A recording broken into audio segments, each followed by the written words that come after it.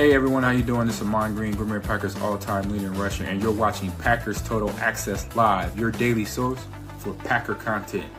Go Pack, go!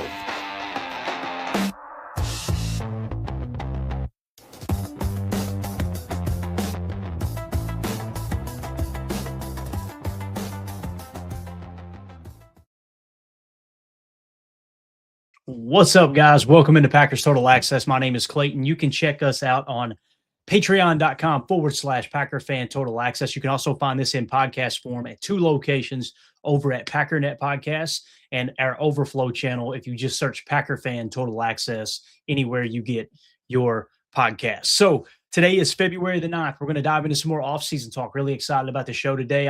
One of the things that we try to do here at PTA, especially in the offseason, is we try to find some commonalities. We try to find these situations where it's like, man, as we went through a mock draft, as we went through free agency season, all this keeps popping up, right? And one of the things that we noticed right off the bat was cornerback. If you didn't get a cornerback at 52, you're kind of in no man's land, right? So now the question becomes, all right, do you go get a corner in free agency? So we tried to button that up a little bit when we were doing our offseason simulation, if you will.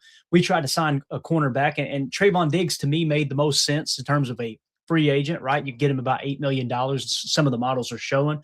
And understand when we throw these numbers out, some websites may be saying he's worth 10, others may be saying he's worth 5. We'll kind of, give a little grace there, leave a little leniency, if you will, a little bit of space for that to fluctuate. Same thing with like Tyler Linderbaum. This is the thing that recently has popped up. When we go and sign Tyler Linderbaum in free agency, and again, I listened to a sports talk show today, former Packer player, say that they can't afford Linderbaum. How many times are we going to do this? They can afford Linderbaum. They can afford Linderbaum plus about 2 or 3 other big name free agents if they wanted to go all in and get really reckless with the cap. But Linderbaum, we've shown you time and time again, we've shown you about 2 or 3 different avenues where you can free up the money just like that. You can't in one breath say this team is horrible, this team sucks, this offensive line is so bad, and then when you go to cut, say, an Elton Jenkins, or you go to cut an Aaron Banks, in the same breath that you said the offensive line is horrible, go, well, we can't afford to lose those guys. I thought they were horrible. You know what I'm saying? So, again, all those things can't be true. The truth's probably somewhere in the middle, as it always lies. But when we go in and we try to get a defensive tackle in the draft, we're finding ourselves going, man, this really doesn't shake out. This really doesn't make sense here. You've got a few kind of towards the top of the board, if you will. And then you've got some that are kind of, to me, it's like fourth through the 6th round is where I find the most value at defensive tackle. But again, if you stick to the board, that's what you're going to find yourself in, or those type of situations, right? So we're going to dive into all that. It's going to be kind of a loose forum, if you will. I'm going to try to include the chat. We're just going to have a conversation. We're going to troubleshoot everything as we go through it. We're also going to talk about the Super Bowl champion odds next year, where the Packers lie there. Again, it's very early before all the offseason moves have made. I think you guys would be pleasantly surprised at where they're sitting. Obviously, coming back with a healthier roster, everything more or less intact. And you got a couple of decisions to make with re-signing players. And, of course, the free agency and the draft will all hit as well. So when you dive into all that, we're going to look at the Super Bowl champion odds. We're also going to look at the MVP odds for Jordan Love. So we're going to hit that. We're going to go through another offseason model. This is going to be a lot quicker version where we're just going to kind of dive in and say, okay, this time we're going to force ourselves to not sign Linderbaum in free agency, and we're going to make ourselves essentially sign the best defensive tackle that we think would be the best pickup for the Packers. Because again, that's the only real complaint we're getting. And it's not really a complaint. It's just us having a conversation about it live on the show with the fans, with the viewers and whatnot. You find yourself in a situation where it's like, okay, yeah, you went and shored up the offensive line. You got a cornerback, but man, don't we need a 3-tech? I agree. I'm not completely sold on Wyatt. I'm glad Wyatt's under contract this year, but he's going to be 28 years old. Do you give him a 4-year, $20 to $25 million a year contract? I don't think anybody feels comfortable with that based off the numbers that we've broken down and how he has played, other than the folks that just say the eye test, whatever the heck that means. I still have to figure that out. But when you look at the run defense, the run stops, you watch the tape. When you look at the pass rush, you look at the pass rush quarterback percentage. We're ready to just drop Rashawn Gary on his head, even though he was sitting at 12.5% quarterback pressure percentage, right? And was second on the team in sacks. But we're ready to throw the entire checkbook at Devontae Wyatt, who was sitting at 7.7% quarterback pressure percentage at 3-tech, majority of the time getting him one-on-one blocking situations, unless, of course, they decide to keep two in the block, chip the outside edges, and really kind of squeeze that offensive line pass blocking scheme. So, again, there's just a lot of stuff to kind of deep dive here. I'm excited to get into it. Before we do, if you guys would, do that YouTube stuff for me. Hit like, hit subscribe. If this is your first time tuning into PTA, welcome. Thank you for making us a part of your morning. We are not experts. We're not insiders. We're not media members. We're fans just like you, talking Packers on a daily basis. So if you're looking for that type of content, hit like, hit subscribe, click the bell icon so you don't miss out on future live streams. Also, for everybody watching on X, you can click on my X profile and you'll see a YouTube link right there. If you guys go over to YouTube, sub to the channel, and get in the chat there, you can see all the conversation that's taking place in there right now. We got everybody in here. We got Chuck Jaggers rolling in. I know we got Jen Wright in the house. Just to hit on a couple of these. Coach Lynn says the D-line group is deep, or in deep. I think he meant is deep. Got it, Coach. Mike Z said, if anything proved to be true, I believe that the quality of O-line and D-line and cornerback was the difference between these two teams. We either get it or don't. Again, man, it's one loss in the trenches. We get so caught up in wide receivers. And listen, I was excited about Matthew Golden too, and I think Matthew Golden's going to be a great player. But that's the perfect example of when you hear me say tier 1 position of importance, tier 2 position of importance, you see how easy it was for Matthew Golden to be kind of I don't want to say a non-factor, but he wasn't a field tilter, right? We finally went out for the first time, what was it, in 22 years or however long it was? We finally went out and got a first-round wide receiver. And how did it pan out? I mean, again, some people want to rake Matt LaFleur because, well, he didn't use him enough. He didn't use him. I agree, but why didn't he use him enough? That's an important question. Well, because he's stupid. No, it's not because Matt LaFleur's stupid. He's one of the brightest offensive minds in the game. If anything, I think he's a little too aggressive, although there's a portion of the fan base that thinks he's too conservative. We went out and winged the ball all over the yard. What was it, 10 passes to 4 runs in the first 4 possessions of the second half in that horrible loss to the Chicago Bears, that collapse, if you will. So when you kind of dive into everything, why didn't Matthew Golden tilt the field there? That's not an indictment on Matthew Golden. It's the position. You look at the game last night. What won the Super Bowl for the Seattle Seahawks? And this is kind of the filter I run everything through. It's easy to get caught up in, damn, we missed 3 field goals here, and the offensive line collapsed there, and of course the injuries, and Matt LaFleur choosing to go for it on 4th down when I think he should have took a field goal. You've heard me complain about that. All that encompassed in the season. Why did the Seahawks win the game last night? I think everybody feels very, very comfortable saying that the Seahawks won last night because they dominated up front. I mean, did you guys see what's his name? Will Anderson? What's his name, guys? Left tackle for the New England Patriots. Because he was he was the top tackle. He's from LSU. You guys help me out with that in the chat. I know you'll get it. He was the top tackle in the draft the year that he came out, right? And they spent a huge draft pick on him, Will Campbell. Thank you, Jay. You're the man, buddy. Will Campbell, right? So you go get Will Campbell. How did he fare against one-on-one blocking at left tackle last night? Got his butt kicked, right? So what was the difference in that game?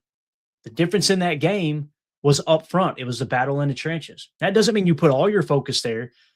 But if you want to compete in today's football, I think you need 2 things. I think you need to be strong up front, and you need to have enough veteran presence in your locker room to handle the big moments. The Packers weren't strong enough up front, and they didn't have enough veteran presence in their locker room for the big moments. That's just my personal opinion. So, again, I mean, the only 2 players on the roster that are over 30 years old, now I'm not saying you should have a roster full of 30-plus-year-olds, but when the only 2 players on your roster that are over 30-year-olds is your kicker and your long snapper, that's you. Yes, you're going to have a youthful, exuberant roster, absolutely, and that's not a bad thing. But you got to take the good with the bad, right? And the bad in that situation is these are young players. These are players who aren't that experienced on the big stage of a playoff game on the road in Chicago. They didn't know how to handle on defense. They didn't know how to handle, a 25-point collapse there in the 4th quarter. So with all that being said, see what Coach Lynn says here. He says Patriots left guard was getting abused also. Again, it was just, to me, Seattle has a solid defensive front. That's what it comes down to, right, Coach? So we are going to try to fix that today. I'm going to try to see, all right, who can we nab in free agency? Now, we're not going to be unrealistic and just push a crap ton of money out, right? What we're going to do is we're going to key in on not signing Tyler Linderbaum, and that money we would have given there, we're going to try to build up the interior defensive line and then see if in the draft we can fix the offensive line, which, again, you've got to kind of cater your offseason strategy to what is the strength of the draft class. Some draft classes are loaded with quarterbacks, right? Some draft classes are loaded with edge rushers. Some are loaded with offensive linemen. It's very rare you get one draft class where you go, wow, this draft class has everything, right? I mean, it's very, very rare. So when we look at this draft class, to me, it's loaded with offensive linemen. Like, there's been more times than not that we get a little bit deeper into the the third, fourth, and fifth round and go, oh boy, we could get this offensive lineman here. We could get that offensive lineman there, right? So that's what we want to kind of press into a little bit today, is we're going to see if we can fix the offensive line through the draft while adding a defensive tackle in free agency. All right. So before we get into that, though, let's hit this first segment. I want to talk Super Bowl odds real quick with you guys and gals. I'm kind of excited about this. And again, this doesn't mean anything other than the Packers are kind of on the radar as one of the better teams in the league. I think we all expected that. Nobody expected them to be seen as a bad football team, right? But here are the 2026-2027 Super Bowl champion odds that were released. Again, this is from multiple people like DraftKings, FanDuel, folks like that. Some people may have this a little bit different odds. This is what I pulled using a kind of a conglomerate, if you will. Like I had AI, put a bunch of stuff together here. Okay. So Super Bowl odds opening up for 2027. This is before free agency, before the draft, before, even letting players go off the roster. These are going to fluctuate a little bit, I would imagine. So the following teams have opened as the early betting favorites, according to DraftKings and FanDuel. All right. Seattle Seahawks are at the front to repeat at a plus 750 odds. Okay. The LA Rams are number 2 at plus 800. Number 3 are the Baltimore Ravens at plus 1200. Also tied at third is the Buffalo Bills at 1200, plus 1200. Then you've got the New England Patriots, the AFC representative this year. They are sitting at a plus 1300, along with your Green Bay Packers, plus 1300. Now, why aren't the Patriots number 2? Most people would look at it that way, right? They would say, okay, why would the Patriots not be closer to number 2 as opposed to, dropping all the way down to tied for what? 1, 2, 3, 4, 5th, right? 1, 2, 3, 4, 5th. Anybody who's watched the Chappelle Show got that. So what a skit. So the Patriots, maybe they kind of outkicked their coverage this year, right? Maybe they played a little above where their talent actually is. I'll tell you this, they were coached very, very well by Mike Vrabel, very well. And I want to say he won Coach of the Year. I believe so. I missed the NFL honors. So if you guys know that, throw it in the chat. But so you got a guy that kind of overperformed this year with his team. Now, does it mean they can't kind of reset, reload a little bit and get back? Absolutely, they could do that. But right now, they've got them listed as the third best team in the AFC here, according to the early Super Bowl odds. And again, there's a lot of roster construction that needs to take place. So they got the Packers right there with them, guys. So again, they've got the Packers listed as tied for 5th best odds to win the Super Bowl. That's with how the roster sits right now. Everything, if we're just going to run it back right now, that's where the Super Bowl odds open up at. So what would we need to do? And when you look at it from that perspective, what would we need to do to kind of get us over the hump? What would we need to do to put the Green Bay Packers in that top 3? How can we break that 1,000 mark, right? At like plus 900, somewhere there. Well, you got to get better than the Seahawks and the Rams. It's essentially what it comes down to. Well, what do the Seahawks and the Rams have, right? That's what you got to ask yourself. What are the strengths of those teams? To me, the Seahawks are built a little bit different than the Rams. I think the Seahawks are better in the trenches than the Rams. However, the Rams got that combo of Devontae Adams and Puka Nacua, which is very important, right? I think they ran the ball fairly effective as well. I'll tell you this, it's coached by 2 great young coaches, right? And Sean McVay and obviously Coach McDonald, or is it McDonald? Yeah, McDonald that won the Super Bowl last night. And what a class act he is, man. And, hey, defensive coach. You guys have heard me kind of rant about that, right? I prefer, as a fan, I want an offensive-minded coach at the helm. There's a situation where a defensive-minded coach, that actually both representatives in the Super Bowl were 2 defensive-minded coaches, right? So that's something to take a note of. Is the NFL shifting? I don't think it is quite yet. I think I would still prefer an offensive coach, over a defensive coach, but you got to call it out. If you see it, you got to say it, right? So going to be really, really interesting to see if that trend holds true. So again, another thing that's going to come into play here, everybody's talking about in the chat here, talking about the trenches, says Jen Wright. Coach Lynn says invest in the defense, absolutely. Yeah, Coach Lynn says May was seeing ghosts. He sure was, and rightfully so. And you've seen him be able to step straight up in the pocket and scramble a couple of times. He wanted to do that more times than not, but they had a little touch spy on him in the middle, and you'd see him step up, and all of a sudden that gap would close, and he gets smacked in the mouth, right? So I think the Patriots will be fine. I think Drake May is a fine quarterback, but you got to get better in the trenches if you want to compete with teams like that, for sure. Coach Land goes on to say invest in defense. All right, got it. Yeah. So this right here is huge. Jen Wright said Kubiak leaving might hurt Seattle. It definitely will. Which, fun fact, I've seen a stat, man. Minnesota Muse, it's @_MN Muse, tweeted out an image and said the last quarterback and offensive coordinator the Vikings got rid of just won the Super Bowl. There's nothing more Vikings than that. So it shows a picture of Sam Darnold, who they moved on from, who was an MVP candidate last year for most, if not all, the season with the Minnesota Vikings. And then Clint Kubiak was their offensive coordinator before. So you literally got the offensive coordinator and the quarterback, formerly of the Minnesota Vikings, went to the Seattle Seahawks with John Schneider building that roster, and tip your cap to John Schneider. What a heck of a job he's done, right? And when you kind of look at all that together, it's like, boy, we talked about it with Minnesota. Like, people were making it sound as if they were making it sound as if, oh no, we're not going to miss Sam Darnold. I heard one Vikings podcaster who I respect a lot, and we can agree to disagree. It's cool. He said, well, once you paid to re-sign, I think it was Justin Jefferson, when you gave him his contract, you couldn't afford to sign Sam Darnold. Guys, that's why I don't call people out by name, and I don't go comment on their streams. If they wanted my opinion, they'd ask for it. This is my show, so I'm going to give my opinion.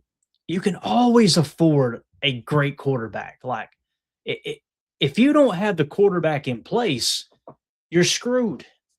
There's no two ways of looking about it, man. Like, you can't go out there and go, okay, well, we'll figure the quarterback thing out later. We're going to put all our stock in a first-round rookie quarterback who was not the most appealing coming out of college. Nobody was saying J.J. McCarthy is the best quarterback in this draft. Late offseason, kind of surge. We had him a little bit lower than other quarterbacks on our board, right? And then he gets hurt his rookie year. And what happens? He gets hurt his rookie year and misses all of training camp. And then he goes into his first training camp as the starter. And it's like, you think he's just going to go out there and perform like Sam Darnold? And, like I always try to do, I kind of took a step back and was like, hey, guy, I guess it could happen. I'm not betting my hard-earned money on it, right? I'm not doing that. So what happened? He went out there and he showed some flashes, and then he crapped the bed. It doesn't mean that J.J. McCarthy can't be a great quarterback, but that's the perfect example of what not to do with a young quarterback. Hey, we're just going to throw you into the fire. We know you haven't played a single snap of regular season football in the NFL. This is your team, run with it. How often does that pan out? How often does that work? Very rarely, right? I'm trying to see if I got where we had him at. Yeah, this is the order in which we had the quarterbacks, okay? And again, this wasn't my personal opinion.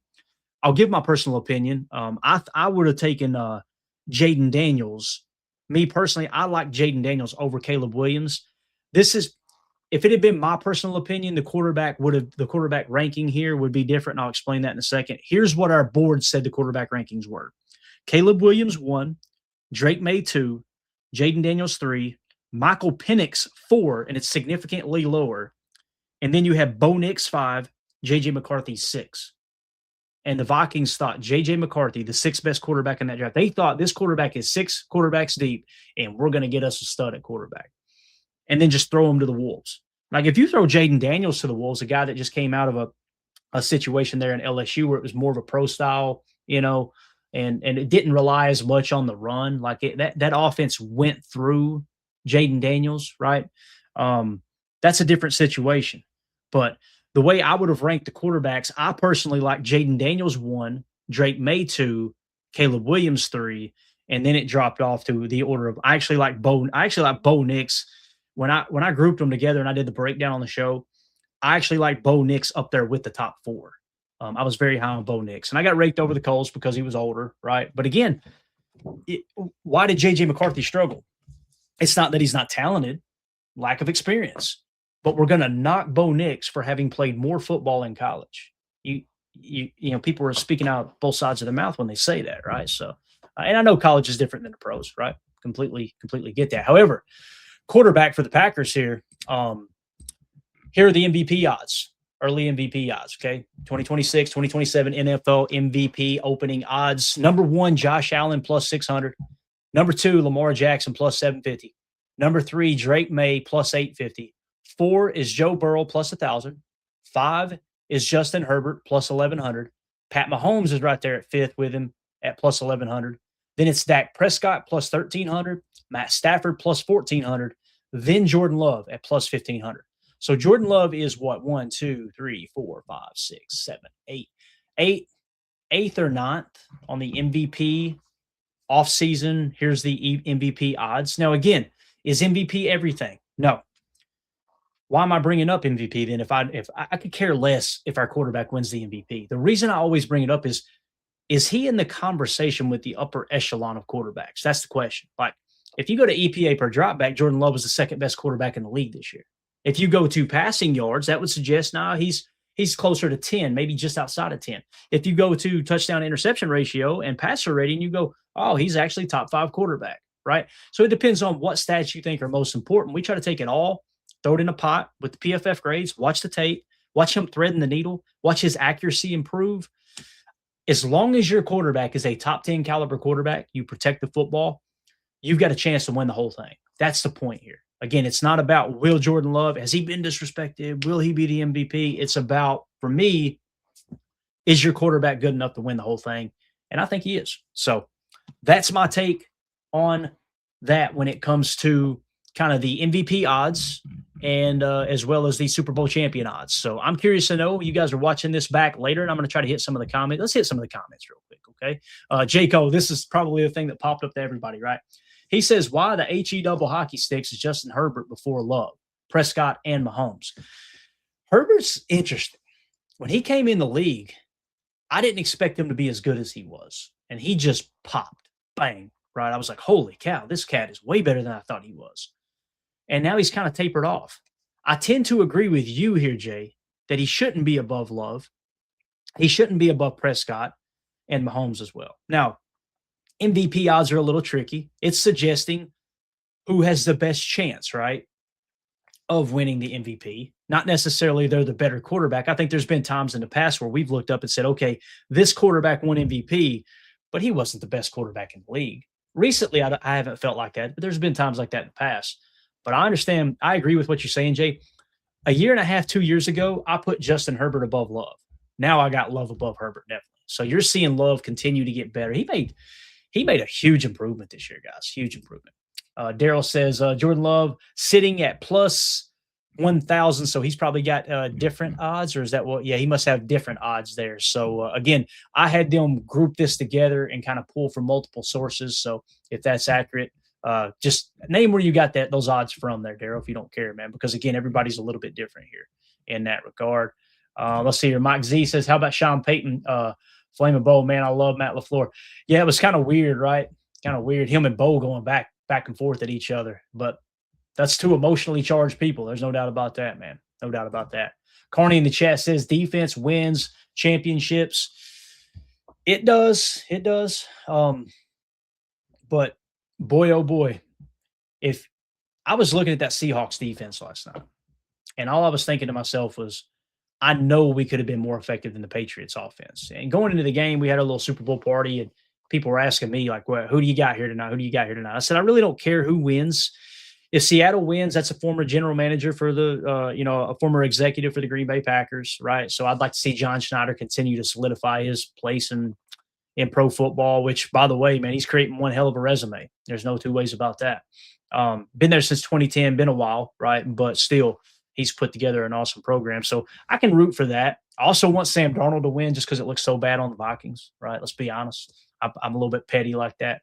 And then also on the other side, though, it's like I really like Mike Vrabel and everything he stands for, the type of coach he is, the type of man he is. You know, he just seems like a former player, his players are going to respect him, this and that. I like Drake May. We had him high on our board, and I think he's a good quarterback. So I just kind of sat back like, I really don't care. Well, who do you think's going to win? And the first thing I went to was, man, if the Broncos had Bo Nix against the Patriots, I think the Broncos beat the Patriots. I really felt like that. Obviously that was just such a bad thing that happened there with the ankle and losing Bo Nix like they did. So I ran it through that filter and said, yeah, I think the Seahawks are going to dominate this game. And they did. They did. So, but yeah, great point there, man. Defense does win championships. It's true. But if you ain't got an offense, good luck, Yeah, it's more like the Patriots last night. I don't think the Patriots defense played bad. Do you guys? But what did their offense do? Their offense couldn't do anything. So you can credit the Seattle's defense, absolutely, but you also got to take into consideration that the Patriots weren't built very good up front. So it both goes hand in hand, right? It goes hand in hand for sure. So I'm curious to know if you guys watch this back later. Let me know in the comments. How do you feel about the Packers Super Bowl odds? Do you think it's too high? Do you think it's too low? How do you feel about the MVP odds? Do you think that Jordan Love's being disrespected? Is it right where you expected it? And how do you think he maybe needs to play to be successful this coming season? Let us know in the comments. Make sure you hit like, subscribe, click the bell icon so you don't miss out on our future live streams. All right, let's shift gears now, guys. I want to do another off-season model here, if that's all right with y'all. Again, we did one yesterday, and we use Stick to the Model. You guys got to check this website out. It's absolutely awesome. Go follow them on X as well. Just go to sticktothemodel.com, and you can go through and simulate your own offseason. It's absolutely phenomenal. So what did we do yesterday? We ran through a model where we proved, here's how you go get Tyler Linderbaum. Okay, you can afford to get Tyler Linderbaum. You can afford to get Trayvon Diggs. Now, you got to cut loose of some players, right? Again, I'm ready to move on from Elton Jenkins unless it's a discounted rate. I'm prepared to move on from Aaron Banks unless it's a discounted rate. I don't know why he would take a pay cut, to be honest with you. But if he were to, I would be okay with bringing him back. But what I decided to do in this model and what we did yesterday was to move on from Aaron Banks. Yesterday, we just did an outright cut pre-June 1. Today, we're going to do a post-June 1 cut. Keep in mind, we got to carry that cap until post-June 1. But I think we're going to have the maneuverability to make it happen. So here are the moves that we're doing, okay? Here is what we're kicking off with. Aaron Banks, we're doing a post-June 1 cut, okay? So these are the cuts that we made. And we're cutting Elton Jenkins outright, so that's going to free up a ton of money for us. So now all of a sudden, our cap space is sitting at $40 million. And I've noticed that his site is constantly adjusting. It's tweaking market value for certain players. So some of these values may be a little bit different today. But nonetheless, Aaron Banks, Elton Jenkins, we're moving on from. Rashawn Gary, we restructured his contract, and we freed up $8.4 million. Now, I'm going to say this again. If you think that Rashawn Gary should be cut outright, I get it. I completely understand. I can understand why people would feel like that. It kind of feels like it's time that we maybe move on from Gary. I want him back at the right price. If he says, nope, not taking a pay cut, then, and this isn't a pay cut. This is just a restructure. This is pushing some money out. So this is being aggressive in a sense, but it's the only way that we can simulate in this Stick to the Model website. It's the only way that I know of that we can simulate. All right, we're just going to restructure. We're going to ask him to take a little bit of a pay cut, guarantee a little bit of money, make it worth his time, worth his while, and we keep Gary on. Maybe we can kick him to 3-tech a little bit. He can also give you some edge presence outside. He still had a 12.5% quarterback pressure percentage last year. He was second on the team in sacks. He was arguably our best run defender outside of Micah Parsons with the run stops, continuing to play well there. All those things, to me, is worth getting him back for a certain price. Now, with that being said, we restructured. We freed up $8.4 million. Okay, Josh Jacobs, we restructured and freed up $4.5 million. Not a pay cut, just a simple restructure. Okay, so that's where we're at in that sense. Now, that's your cuts, that's your restructures. Now signings. We're on to signings next here. Okay, so what we're going to do is go ahead and fast forward ahead, and now we're in the signings period. Now, who did we sign already? We already signed our boy, Trayvon Diggs, okay? I'm pretty sure it's already in the bank. I think it already showed it. Let me go back. I tried to get some of this legwork out. Yeah, so Trayvon Diggs. We got him on a 3-year deal at $8.7 million. I think we could have got him at $5 million, but I felt like I was cheating the system. So I amped it up to 8.7, okay? I did that on purpose because I wanted it to be more realistic.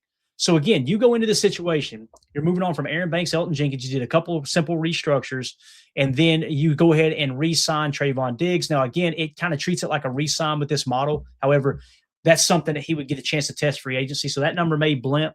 It may go down. People may not think his market's there too. I doubt that. I think somebody will be willing to overpay. So you're probably looking at $8 to $10 million per for Trayvon Diggs if you want to go get him. That's the cornerback I've chosen. I don't want to spend a whole lot of time on that right now. Now, we're $40 million under the cap. Remember, the only thing that we're going to attack here in free agency is we're going to try to shore up defensive tackle. We're going to go get the most expensive defensive tackle in free agency. Okay, that's going to be our goal here. That's what we're going to want to do. And these are the questions that can kind of slow us down, Coach. I'm okay with doing this. Coach Lynn says, bring Sean Ryan back. How do y'all feel about that? Let's do it. Let's say in this scenario here, we're going to bring back Sean Ryan. Okay. And we're just going to go off the market value that they show here. All right. And it's not much, to be honest with you, looking at it here. If we go re-sign, it's saying if his market value is $3.1 million per year. I'm okay with that. As a matter of fact, I'm okay with the 4.6. That's 49% above the market value. Let's see if he will take, let's just get it down to 4. And how old is he? He's 26 years old. Let's try to give him a 3-year deal on that. All right. So we're going to go 3 years, $4 million per for Sean Ryan. Would everybody be okay with that? Like Coach Lynn says, we need interior depth, right? Completely agree. Like you're kind of setting that basement, the foundation, the floor for your center room, right? We know he can play center in a pinch. He can compete at guard. To me, that's backup money there too. $4 million per is nothing. Let's see if he'll accept it. All right, there you go. Bang. So we brung back Sean Ryan. All right. We also brung back or signed in free agency Trayvon Diggs. So now what we're going to do is we're going to focus on, we're not getting Tyler Linderbaum this time. We're going to focus on diving into the draft and getting offensive linemen. But before we do, we are going to shore up defensive tackle. This is going to get a little bit long-winded, so you guys hang with me. I'm going to try to explain this off screen. There's going to be some free agents that maybe aren't popping up right here on the screen, but I'm going to tell you or explain to you, here are the market value rankings of the defensive tackles according to Spot Track, okay? Calais Campbell, $10.9 million. David Onyemata, $8.5 million. Logan Hall, $7.9 million. John Franklin Myers, $7.8 million. Sheldon Rankin, $7.5 million. Sebastian Joseph, $6.8 million. Cam Jordan, $6.7 million. We've talked about this before. There's a few names here. Calais Campbell, David Onyemata, and Logan Hall are the ones that I'm most interested in. And here's why. Calais Campbell looks like he's still got some gas in the tank. He's still playing good football, right? That'd be a great presence there at defensive tackle to help kind of build the floor for us. If we approach it that way, okay, and we sign Calais Campbell in free agency, I think that truly does help your defensive tackle position. David Onyemata, I think, had a little bit better year than Calais Campbell. He's 33 years old. Calais Campbell's 39 years old. I get it. And he may hit the wall this year. They've been saying that for the last 3 or 4 years, really the last 5 years when it comes to Calais Campbell. But with David Onyemata, 33 years old, how about a 2 or a 3-year deal? And you can get out of it after 1, right? And let's just kind of patch this thing up. Well, why would we be interested in David Onyemata? His PFF grade is 78.2 this year, okay? Pass rush, 67.1. Run defense, 74.2. Okay, so there's a solid defensive tackle. Now, where did Calais Campbell lie? 72.2. So if you just went strictly off PFF grade and age, you would say David Onyemata is the better choice, right? So why is Logan Hall being mentioned? Logan Hall has a lower PFF grade. He graded out a 66.8. But here's the thing about Logan Hall. Logan Hall is a former second-round pick, 33rd overall, which means he's a borderline, back-end first-round pick, essentially, right? You're really splitting hairs when you talk about a early second or a late first to an early second pick. But he's an ascending player. According to PFF, he started significant snaps his entire time. He stayed somewhat healthy, okay? 2022, 36 was his PFF grade, right? Ugh. Okay. 2023, 52.3. So he went from 36 to 52. 2024, he went from 52 to 59. Not a huge jump, but he's getting better. And then this year is 66.8.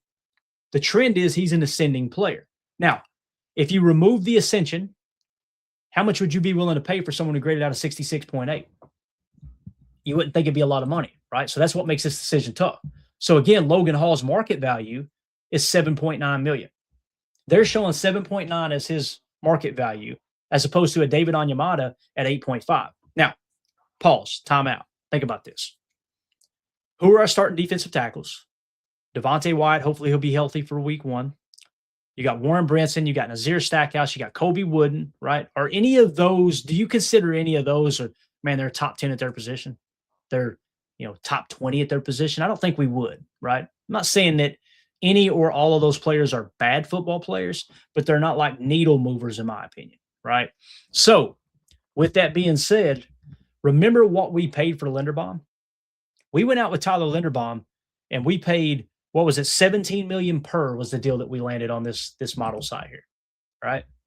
So what if we allocated $17 million to go get 2 defensive tackles, if this model will permit us to do so? If we do that, what would the 2 be? Calais Campbell, David Onyemata, Logan Hall. Which of those 3, if we've got it narrowed down to 3, which of those 3 would we like? For me personally, I would go David Onyemata and I would go Logan Hall. 8.5 million, 7.9 million. Let's just round it up to 8 million. You're looking at 16.5 million. What if we were able to go out and get 2 defensive tackles to shore up the defensive tackle position with the money we would have spent on Linderbaum? Let's try it. Let's see if we can do it. All right. So let's try to find David Onyemata. There he is. Let's see what the market value is for him. Market value 7.4. Let's go off of Spot Track, okay? Because it's more. So we're not cheating the system. Let's take it up. It says 8.5 there. 7.4 is what it's showing here. So let's keep it at 8.9, okay? 8.9. Let's do a 3-year deal that's really going to be a 1 year plus 2, okay? Essentially. So let's go ahead and hit that. Offer accepted. So you went out and you got David Onyemata at defensive tackle. Now, where's Logan Hall? Where is Logan Hall at? And that's assuming, again, that these guys are going to be available. Is he even on the list? There may be a glitch. This is my first run through here trying to get a D tackle. Let's see if we can find Logan Hall, because they may not have him as a free agent. There he is. Boom. All right. So Logan Hall, his market value. I see the super chat there. Mike, appreciate you, buddy. I'll hit it in just a second, man. You're awesome. So market value $7 million. Okay. It's got our offer set at 11.6. We ended up paying right at 9 for the other. So we're going to lower this a touch to make it work. We're going to give him a 4-year deal. Let's see if he'll accept. Let's get it closer to the market value. Let's say 9.3 million. What do y'all think? That sound good to you? Let's do it. Bang. Offer accepted. So now what you've done is you went and got Onyemata. All right. And you've gotten Logan Hall as defensive tackles, right? So you've now shored up your defensive tackle room a touch, right? But what's the downside? You didn't go get your boy Tyler Linderbaum, right? That did not happen. So when we look at it like that, and we now go back to all of our free agents, our cap space is sitting at 17.8 million right now, guys. So we still got 17.8 million. Again, to the former player that said we can't afford Tyler Linderbaum. And again, Tyler Linderbaum may not be 17 million. He may break the 20 million. If he breaks the 22 million mark, you can still afford him. Again, what did Ted Thompson say? I want the player. If you want the player, you make the numbers work, you go get him if you think he is the difference maker. Now, defensive tackle, tier 1 of importance, center, tier 2 of importance. I'm kind of liking how we're pressing into this situation right here, if that makes sense. So, with that being said, Mike, wait, let me hit the super chat real quick, and then we'll keep it moving here. He says, I have a vision, Clayton. Cowboys release Kenny Clark. He comes back home at a cheaper deal in Green Bay. Our D-line is Micah, Wyatt, Kenny, and LVM, Sorrell, and Oliver as bench players. We cut Gary. Don't have an issue with that at all, Mike. I think that's a great point. I would be okay with that. And again, people go, well, Kenny's not great. Kenny's not great. Nobody's saying he's great. Is he good? Yeah, he was a good defensive lineman. Why does his numbers drop? We showed you on the tape. He's battling a foot injury, and they had him playing touch spy to 1 tech. We expected him to kick the 3 tech when Hafley came in. They went the opposite route. They played him at 1 and put Wyatt at 3, right? So Kenny was having to battle through, just playing a touch spy essentially, which is engaging with the double team on purpose in the A gap, and then kind of spying the quarter, making sure he doesn't scramble, and also keying in on the run, right? So I don't hate that idea, Mike. I think it's a great idea, dude. Great idea. So now, looking at these players that we could potentially bring back, is there somebody on our roster that we want to bring back? I don't want to get crazy with this because I want to move on to the draft and see how we can shore up some of these other important positions. And we're not going to go after Malik Willis. They got Malik Willis listed at 4.9. I think we all agree he's probably going to get more than that. Although quarterbacks like Kyler Murray are now all of a sudden becoming available, right? It looks like they may be trade bait. So that weakens the market a bit. I'd love to have Malik Willis back for $10 million per or less. I'd be okay with bringing Malik back personally. So with that being said, if we were to bring, and keep in mind too, these restricted free agents guys, we're going to be bringing those guys back too. That's going to be happening. Like Darian Kennard, he'll be on the, anybody who's listed as restricted or exclusive rights, I always just bank on them being on the roster. If the Packers want them back, they can get them back at a really good rate or great compensation if somebody outbids. So you can bring those guys back. I kind of treat those like they're already on the roster. But you guys know who I'm talking about here. There's a handful of players. Romeo Doubs, $24.2 million is what it's showing him at. He's going to be priced out of our range if that's the case. He's 26 years old, right? And again, we want to see more Matthew Golden rather than Romeo Doubs. I think we would agree. Rasheed Walker, $13.9 million. Remember what I said? I'd be okay with bringing Rasheed back at $10 million, but anything over 10, I just think you're overpaying for that. So we're not going to touch that. Kingsland Igbare, they're projecting $14.5 million. 14.5. And then you got Quay Walker. This is interesting. You guys know Quay Walker. Quay Walker. I've been vocal that I want Quay back at the right price. What's that price? Just like Rasheed Walker, that $10 million mark, that's the cutoff for me. Can't do it. Can't have it. Can't do it. Okay. Same thing with Quay. I think Quay is an above average to good linebacker in the league. Okay. I do not think he's great. You're willing to overpay for great, or you're not willing to overpay for good. He's not even very good. I would put him somewhere between good and above average. It's showing his market value at 7.3. So in this situation, will we be willing to pay Quay Walker $7.3 million to come back? A 3-year deal, $7 million per, $21 million. Let's give him $10 million guaranteed. So essentially it's a 2-year, $10 million deal that you can get out of after, really in year 2, you could get out of it. Would you be willing to do it? I want y'all to fire off yes or no to Quay. Yes or no to Quay as quick as possible. Coach Lynn says yes. I'm leaning that way too, Coach. Again, this is if Quay's market doesn't blow up. Some people were expecting him to be $15 million per. Nobody's saying we should sign him if he reaches that point, right? So what would we be willing to pay Quay Walker? Are we okay with $7 million per, guys? Let me know in the chat. I know Coach Lynn's on board. We'll get at least one more yes or a no here. I'm going to sign him anyway. I just want to know how you guys are feeling about it, okay? Carney in the chat says Quay Walker is a beast. We just didn't have the right scheme. Pay him, all right? So he's on board with paying him, all right? And I love everybody's reaction because we've been critical of Quay, right? Chris Casualian says, how much for Quay? $7 million? Hell yeah, right? Jen Wright, yeah. Yeah, there you go. Tony Canadeo said, as long as it's below $11 million, right? So we're now stretching it from 10 to 11, and I can understand making the case there. I really can. So very, very, I think we're on board. So we're going to see if we can get Quay for, now, see how it blimps at the 10? We're going to try to get it closer to that. We're going to try to get it closer to the 7.3. Let's split the difference and make it realistic. Let's say $8 million, okay? So we're going to do it 8. Let's see if he'll take it. He did. So we bring back Quay Walker at linebacker too. So again, that is the setup for going into the draft. We did not get an offensive lineman. We didn't even touch it. We didn't even look at it. We're going to do that in the draft. We went and got David Onyemata and Logan Hall at defensive tackle. And then we also went and got linebacker Quay Walker for a discounted rate. So now your linebacker room, I don't want to say it's set. Like Coach Lynn mentioned a name here, Jacob Rodriguez. Really, really like Rodriguez. He says, got to get Rodriguez in this draft.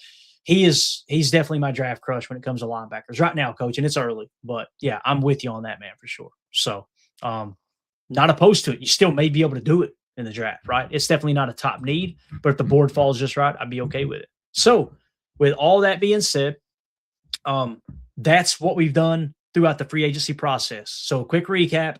We cut Elton Jenkins, we cut Aaron Banks, we restructured Rashawn Gary, restructured Josh Jacobs. We signed in free agency cornerback Trayvon Diggs, okay, for discounted rate of what he had on his previous average annual value was like $19 million per, right? We're bringing him in 3 years, $8 million per, okay? We got defensive tackle Onyemata and Logan Hall, and we brought back linebacker Quay Walker. I like that. Now the stage is set for the draft, and what are we going to do, guys? We're going to be very aggressive with offensive line, and also we're still looking at cornerback. We're not thinking that Trayvon Diggs is going to come in and completely revamp and fix this cornerback room, right? We want to get a young stud at cornerback as long as the board allows us to. So with that being said, Let me know in the comments. You're watching this video back later. That's going to conclude the free agency segment of this offseason rebuild. Let me know in the comments, how do you feel about what we did in free agency? Do you agree with it? Do you disagree with it? All opinions are welcome. How do you feel about bringing in Trayvon Diggs at corner, linebacker Quay Walker, and then defensive tackles Onyemata and Logan Hall to help bolster the interior? Again, why did the Seahawks win last night? They were strong up front. I'm not saying that Onyemata and Logan Hall are going to make us the best defensive front in football. However, you add those pieces along with Devontae Wyatt, a healthy Micah Parsons, bringing back Rashawn Gary restructured. I really like, not to mention Colin Oliver and Barron Sorrell, some of these young LVN we haven't even talked about.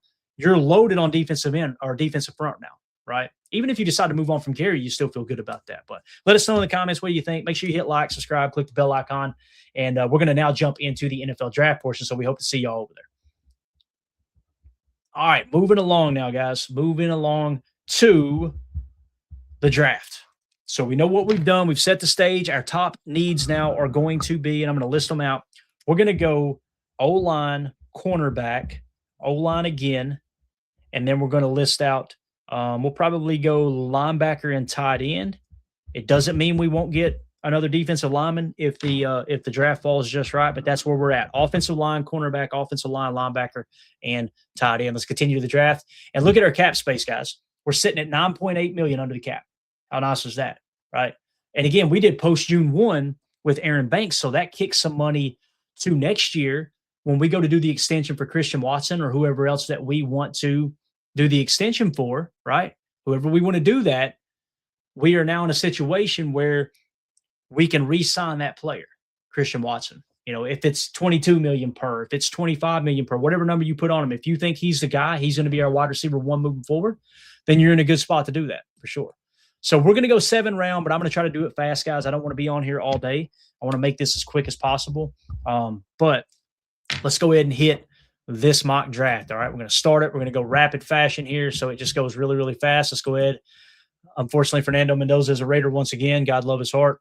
It is what it is. So, again, offensive line and cornerback is what we're going to place on the board here. Interior offensive line, offensive tackle, and we're going to go corner. At the top of the list, what do we got? Connor Lew, center, is the best prospect available according to sticktothemotto.com. All right, we're not saying that's the way it would be. That's just how this one's lining up right here.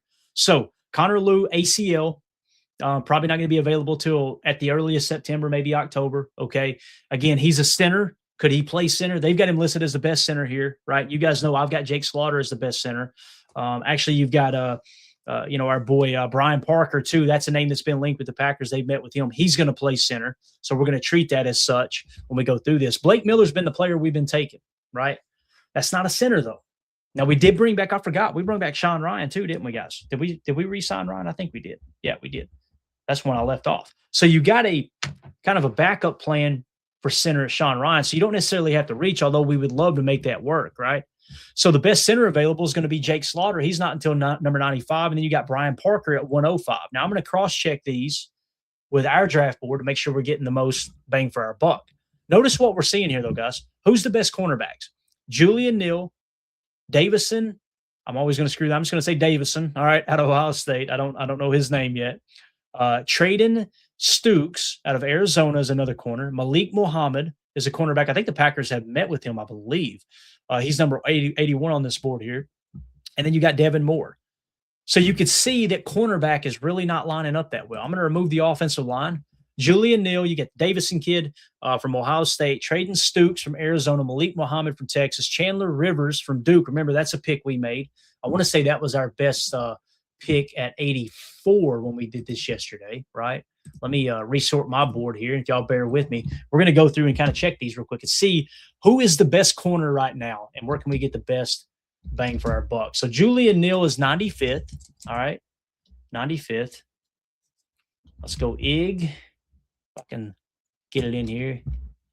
All right. He is the Davison kid out of Ohio State is 111. So Julian Neal at 98 is your best pick right now. Stukes is 163. Okay. Muhammad is 216. Chandler Rivers is 77. So once again, it looks like Chandler Rivers is going to be the cornerback. Devin Moore is 182. Dalen Everett is 238. So yeah, so it's definitely the best pick here at corner is Chandler Rivers. All right. And again, we've got him in the 77 spot. All right. Now let's go gather up our best offensive linemen here. All right. Remove the corners. We're going interior offensive line and offensive tackle. Who is going to be the best? It's probably going to be Miller, right? Blake Miller was the best available for us yesterday. Now, keep in mind, he is a tackle. We'd have to do a little research on whether he can play guard. He's in the 44 spot. All right. You've got World is 93. Santos is 107. Barber is 88. Slaughter is 48. This is interesting. This is really interesting. So you got Blake Miller at 44, and you got Jake Slaughter at 48. So now we're going to check Parker just to make sure. And Brian Parker, if I can find him here, give me just a second. Brian Parker is 66th. So the Packers have met with him already. Here's what it comes down to. You can get the 44th best prospect at center, or is it 47th? Already forgotten now. Let me go down on the board here real quick. So you could go Blake Miller at tackle out of Clemson at 44, or you can go Jake Slaughter at 48. I want to make you guys make the decision. Who are you taking here, guys? Miller is graded slightly higher, but they're going to be in the same tier, I believe. Yep, 41.8 there and 44.4. So even though Miller has a slightly better grade, they're in the same tier. This is what we would call a cluster. So what's your cluster buster? Would you rather have Jake Slaughter, a true center, right? Elite PFF grades around 80, demonstrate consistently high-level performance across SEC competition. We've talked about him time and time again. Or would you rather go Blake Miller, who's a tackle, right? Again, never missed a start in his career. 2,893 career offensive snaps, quick and agile for the tackle position, fluid, all those things. It doesn't say anything about potentially. Yeah, here we go. Look, weakness, 0 snaps at guard. So they don't really see him as a guard. To me, the pick is Jake Slaughter here. And I know Mike says Connor Lew. Just know this, Mike. Connor Lew, he's got an ACL he's coming off of. He's probably not going to be available to like October. Okay. And on our board, Connor Lew, he is no longer the top. He's in the 56th spot. So our board, and I'm not saying our board is right and you're wrong. Okay. That's just how the board shakes out. Jake Slaughter grades higher on our board than Connor Lew, and there's no injury there. Okay. So that's why we're making it, basing on that. So what we're going to do here, Tim says Linderbaum. We already passed that, but we're doing a different exercise today. Oh man. So Coach Lynn says draft Miller and move Tom to center, ? These are the questions you got to ask, right? Coach, I'm not crazy opposed to that. However, I am so sick of moving people around, man. We know Tom can do it, though. We feel of course, I felt confident that Elton Jenkins could do it, seeing that he played center his entire college career. So it's a great question. I think what I'm going to do here, guys, because if Blake Miller was he says, I know, right? I'm with you, Joseph. I'm tired of moving, guys. I'm tired. That's too damn bad. So, y'all like that. I'm going to go Jake Slaughter because they're in the same tier. All right. Again, if Blake Miller was in a higher tier on our board than Jake Slaughter, he's got a higher grade just slightly. If he was in a higher tier, then you go, okay, we're reaching for a position of need. Just go with Blake Miller and we'll adjust as we go, right? We're going to go Jake Slaughter here. So at center, we're going to take Jake Slaughter. And again, he is the center out of Florida. Let me just write that in real quick. Make sure we don't double up on offensive line too aggressively here. So Jake Slaughter is going to be our pick at 52. They'll say it's a bad pick on here. Again, we have Jake Slaughter in the 47 mark, I believe. So there is your center of the future. And again, we don't care how they grade us on here because we're going off our board and trying to find these value picks. So now you've already got your center, okay? So we still need more offensive line help. I think we would agree. We completely neglected it other than bringing back Rashawn Ryan. So now you're going to have a camp battle between rookie second-round pick Jake Slaughter and veteran Sean Ryan that you brought back on a great deal, right? So there's your battle at center. Don't forget about Jacob Monk too. What if Jacob Monk outperforms both of them? then you work on seeing who would be the better left guard. And you know what? You got a second round pick is a solid option as your backup center if you just move Sean Ryan to left guard because we already moved on from Aaron Banks, right? So I don't hate that idea either. So let's throw interior offensive line. If I can get it up there. And let's just reset everything. We'll go interior offensive line, offensive tackle. Keep in mind, we still need a corner. Look who's on the board, boys. Best available is Chandler Rivers. We do this every year, and every year there's a name that constantly pops up, right? It's like, oh, wow, he's going to be there when we pick. We got to nab him, right? Chandler Rivers seems to be that cornerback. So what I'm going to do here for time's sake, we're running out of time.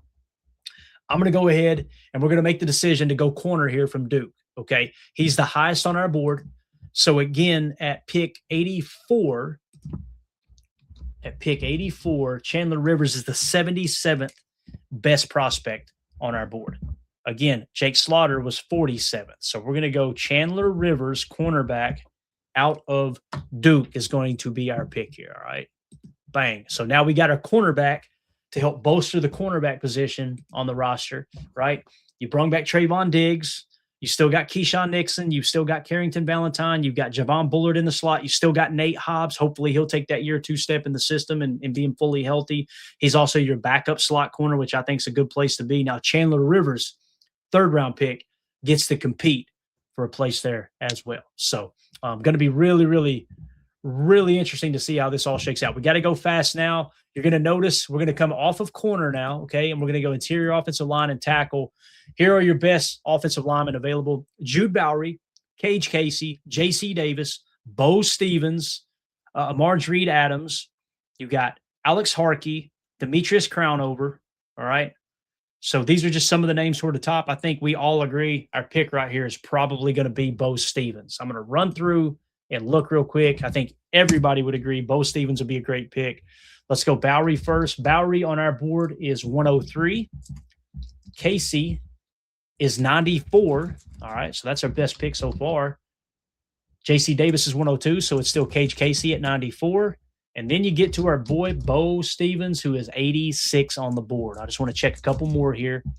Reed Adams is 113. Wouldn't be a bad pick, but still, we can get better value right now. Harkey is way lower on our board, way lower. Crownover was one that had a good Senior Bowl week. I believe he was at the Senior Bowl, if I remember correctly. Yeah, he got the 5-point bonus, but he's still at 172. So that's one that you want to keep an eye on there, maybe into the 5th and 6th round possibly. So, yeah, this is a no-brainer. No-brainer. We're going to go get Bo Stevens, guard out of Iowa, okay? He's in the 86th spot on our board. So we're going to go ahead and pencil him in. We got our other offensive lineman. We get him as the 86th best prospect. So all of our picks right now have been top 100 prospects on our board, and we're already at pick 120. So I feel like we're doing good with how this is shaking out. So Stevens is going to be your pick at offensive line there at pick 120. Bo Stevens out of Iowa, you are a Green Bay Packers, sir. How y'all feel about the draft so far, guys? How y'all feeling about it? We went and got our center of the future, Jake Slaughter. Then you came back and got a cornerback in Rivers, the 77th best prospect that we got at 84. And you come back at 120 and you get our boy Bo Stevens, who is the 86th best prospect, right? So now we're to the point where, okay, what have we shored up in free agency? You brought back Trayvon Diggs at corner. You went and signed 2 defensive tackles because you notice there's not been – defensive tackles have not shaken out well for us in the draft. You went and got Onyemata and Logan Hall. You also brought back Quay Walker. You shored up the backup center spot in Sean Ryan. So you're good there. He'll probably compete for a starting guard job. And now what you've essentially got is Sean Ryan. Let's say that Jake Slaughter beats Sean Ryan out for starting center. You've got Sean Ryan, rookie Bo Stevens, and 2nd-round pick last year, Anthony Belton. Those 3 guys competing for 2 guard spots. No matter which 2 win, you're already feeling better about your offensive line being better, right? Now, again, I want to be very clear. I want Tyler Linderbaum. But this is an exercise showing that if we steered away from signing Tyler Linderbaum and got aggressive with defensive tackle, because that's not shaking out in the draft for us with where we're picking with no first-round pick, this might be the better route to go. So other needs, we'll go rapid fire here. I won't spend too much time on these. I know we've got a handful of players that we do like at each position.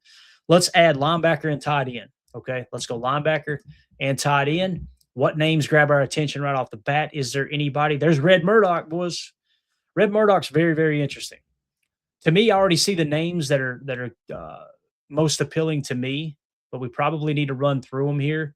What's the most? There's more tight ends than linebackers here, right? Yeah, definitely. And our boy Rodriguez is gone, obviously, coach. He's gonna be long gone at this point.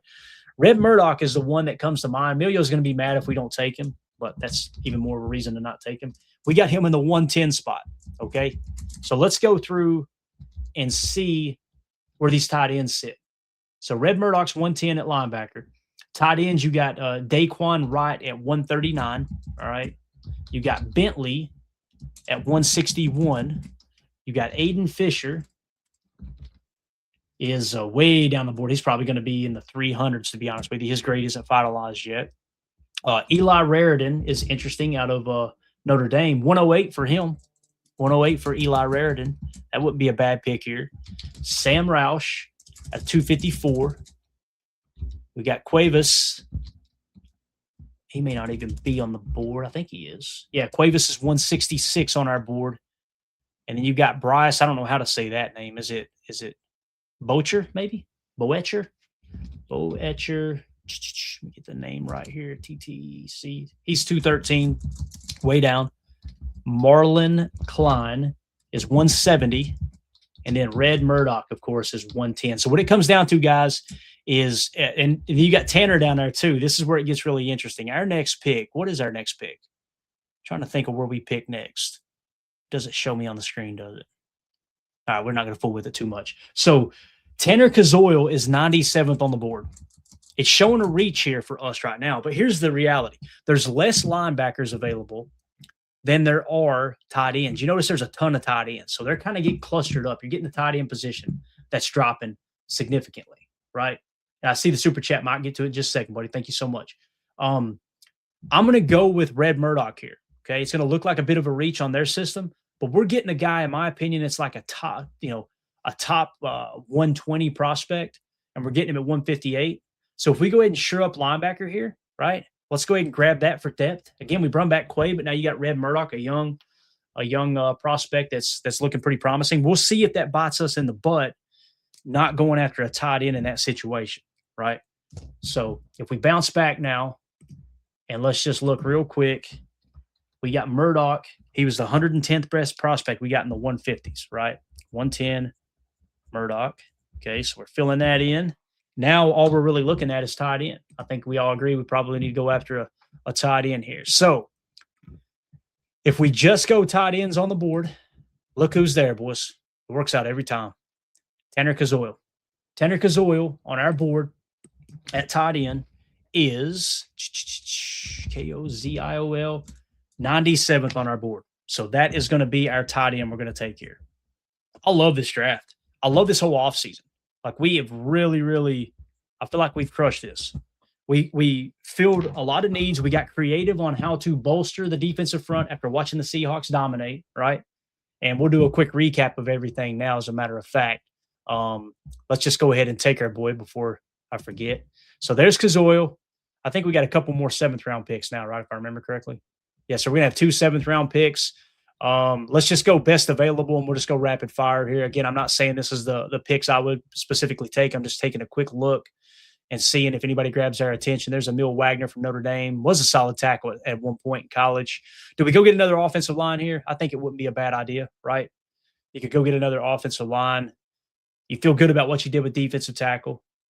Yeah, let's just go. Yeah, here we go. Solder says more O-line and more cornerback. All right, so we'll just go best available according to their board.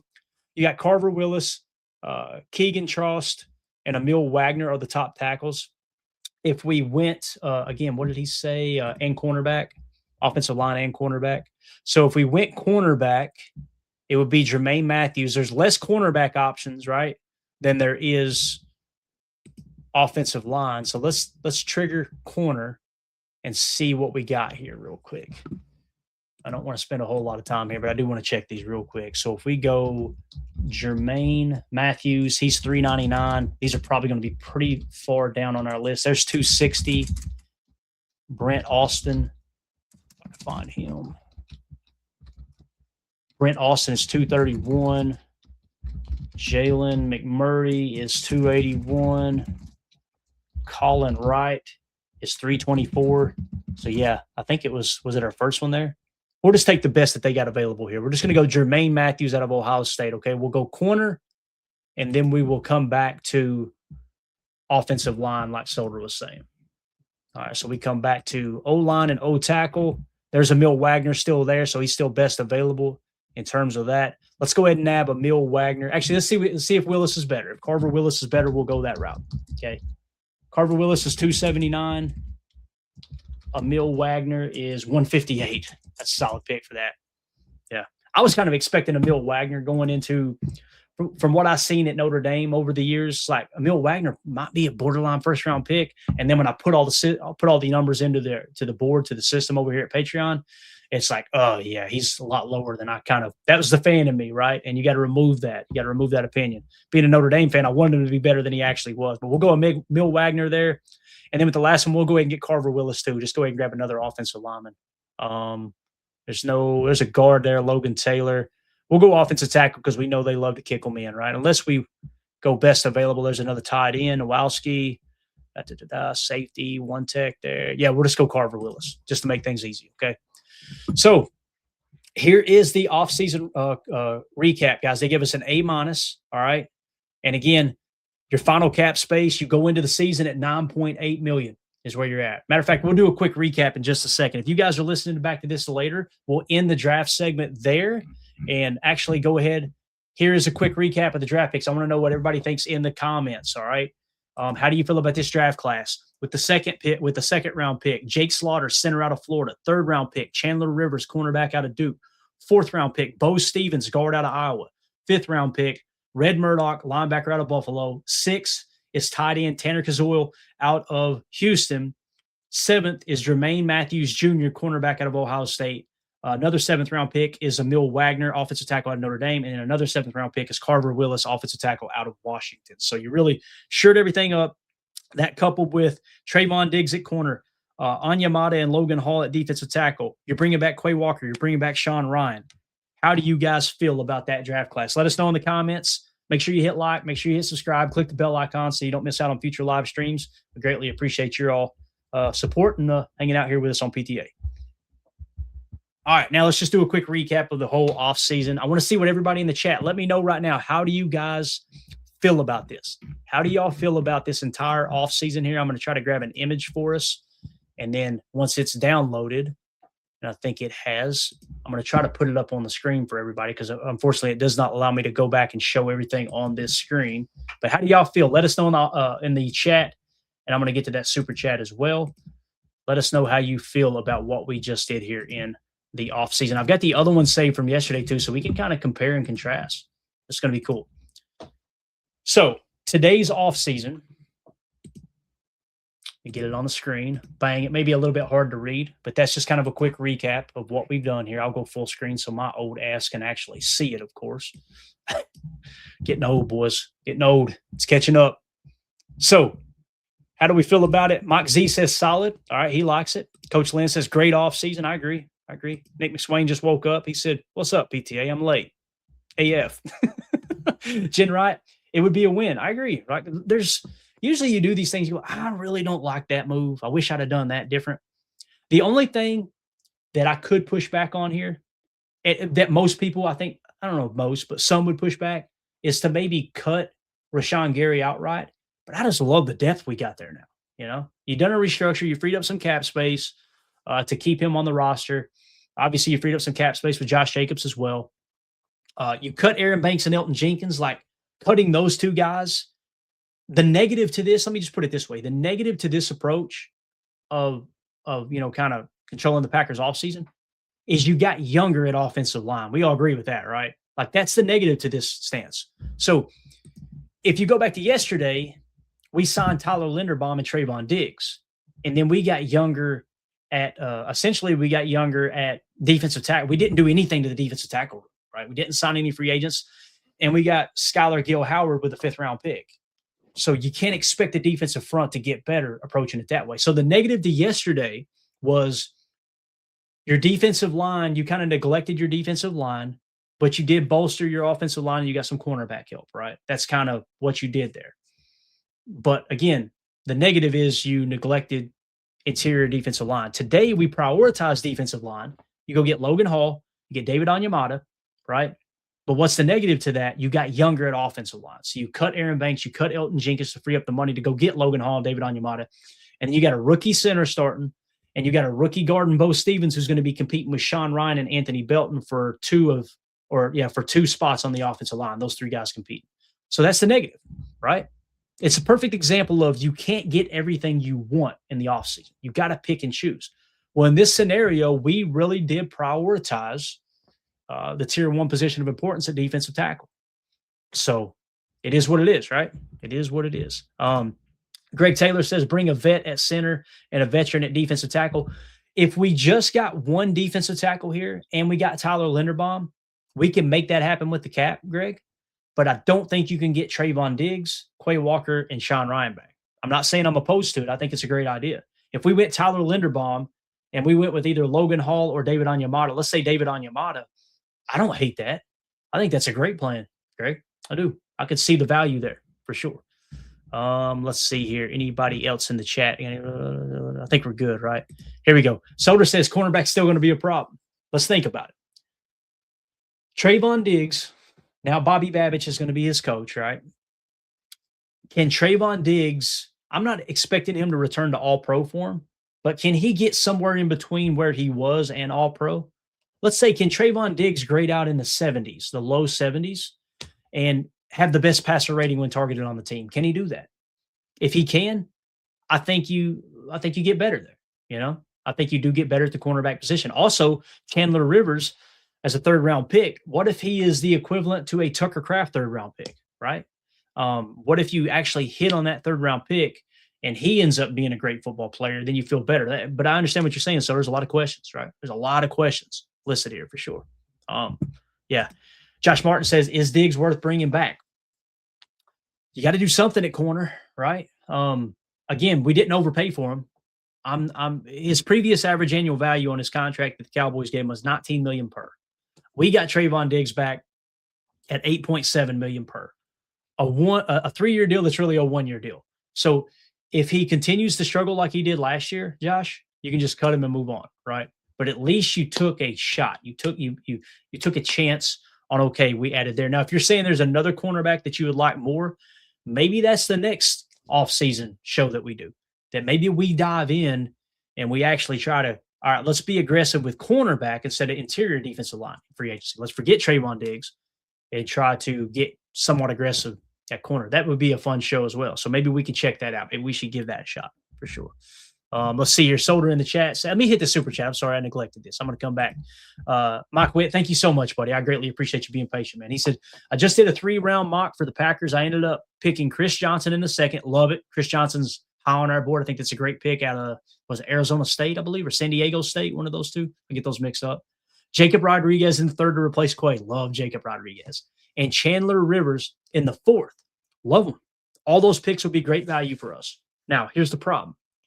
What are we doing about offensive line? What are we doing about defensive tackle? In that scenario, maybe you go get Tyler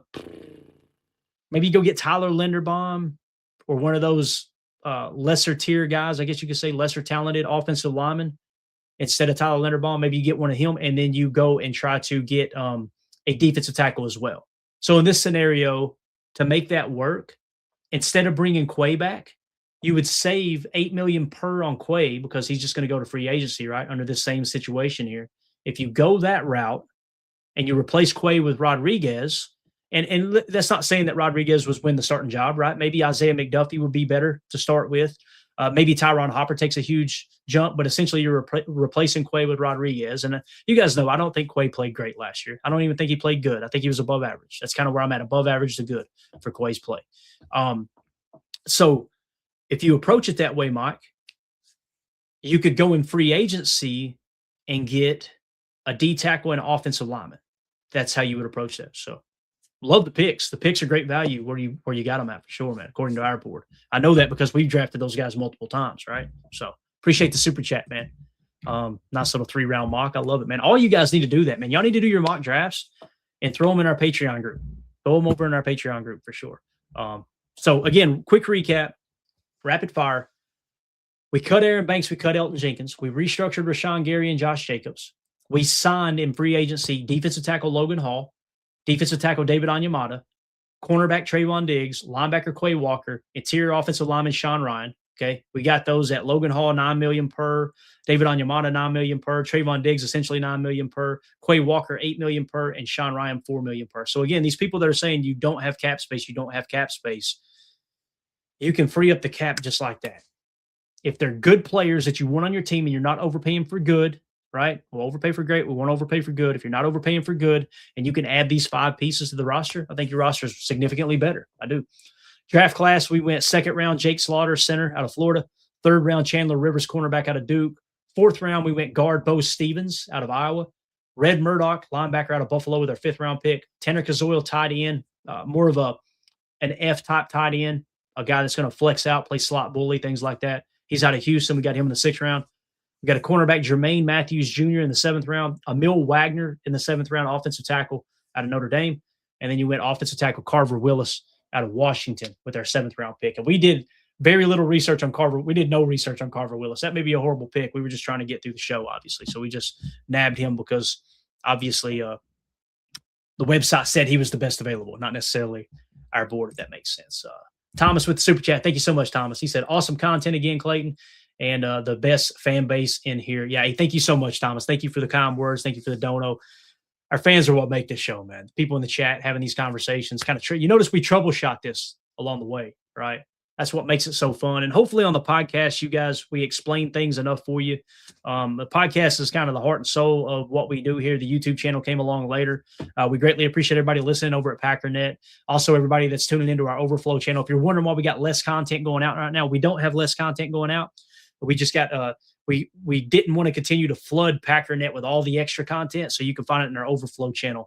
Just search Packer Fan Total Access. Again, one word, Packer Fan Total Access, and that will that's where you can find our podcast. Make sure you subscribe and all that good stuff on wherever you get your podcasts. We're on iTunes, we're on Spotify, we're on Podcast Republic, we're on everything. So last I checked, with our broadcasting company, they're like, yeah, we've got you up and running on all the major platforms. So you should be able to find it again, Packer Fan Total Access, wherever you get your podcast. So yeah, appreciate you, Thomas. But again, man, everybody in the chat just kind of troubleshooting this is what makes it so great. And hopefully everybody on the podcast, like I said, understands what we did here today. So thank you for that, Superman. All right. With that being said, that's your wrap up, guys. Let us know in the comments when you watch this back later. How do you feel about what we accomplished here in the offseason, man? That was a lot of fun. Greatly appreciate all the feedback, all of the interactiveness in the chat. Do me a big favor. Hit like, hit subscribe, click the bell icon so you don't miss out on future live streams.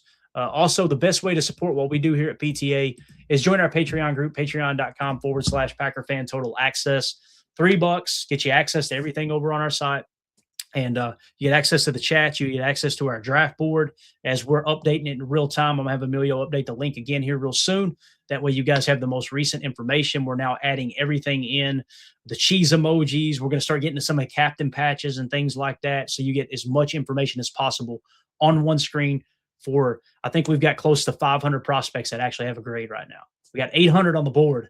We're not going to get to 800 grades. I'd be okay if we just ended with 400 to 500 graded prospects because obviously there's not that many that's drafted. But I love when we get into the undrafted free agent system or season, if you will, once the draft's over and we sign an undrafted free agent. I love to be able to go and check where did he fall on our board. And if they're not on our board, we'll add them in through the same system and see where he would have fell on our board. So you're going to have some of those players that pop up in camp as well. So, yeah. All right, that's it, guys. I'm going to get out of here. Greatly appreciate everybody hanging out with us. If you would do us a big favor, spin those laces, hit that like button. Make sure you hit subscribe, click the bell icon so you don't miss out on future live streams. We'll see everybody over in the comments on YouTube and take the conversation over to our Patreon group as well. Go to the general chat. Let's talk about it. You guys post all of your mock drafts as well. And I see all the thanks in the comments. You guys are absolutely awesome. Thank y'all so much for your time. That's it. My name's Clayton. This is PTA. Go Pack, go. Here we go. We're out. Bye, guys.